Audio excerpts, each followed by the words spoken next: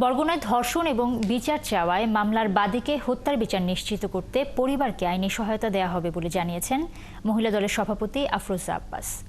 মঙ্গলবার সকাল 10:15টায় নির্যাতনের শিকার ওই শিক্ষার্থীর বাড়ি যান বিএনপি নেত্রী আফরোজা আব্বাস। এ সময় তিনি পরিবারের সদস্যদের সাথে কথা বলেন।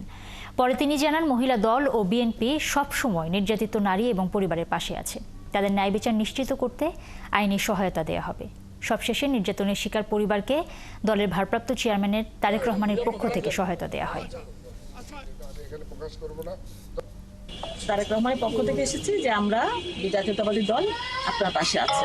কারণ যেখানে নির্যাতন হচ্ছে, নারী নির্যাতন বা যে কোনো নির্যাতন, আমরা কিন্তু জাতীয়তাবাদী দল পাশে আছে। এবং আমরা দেখেন দেশে থেকে অনেক খবর পাই না ঠিক মতো। আপনার খবরটা যেমন আমি চেয়ারম্যান আমাকে বললেন পরশুদিন, আমি জানলাম, কিন্তু চেয়ারম্যান কিন্তু শুধু বিদেশে বসে উনি ঠিকই জানতে পেরেছেন।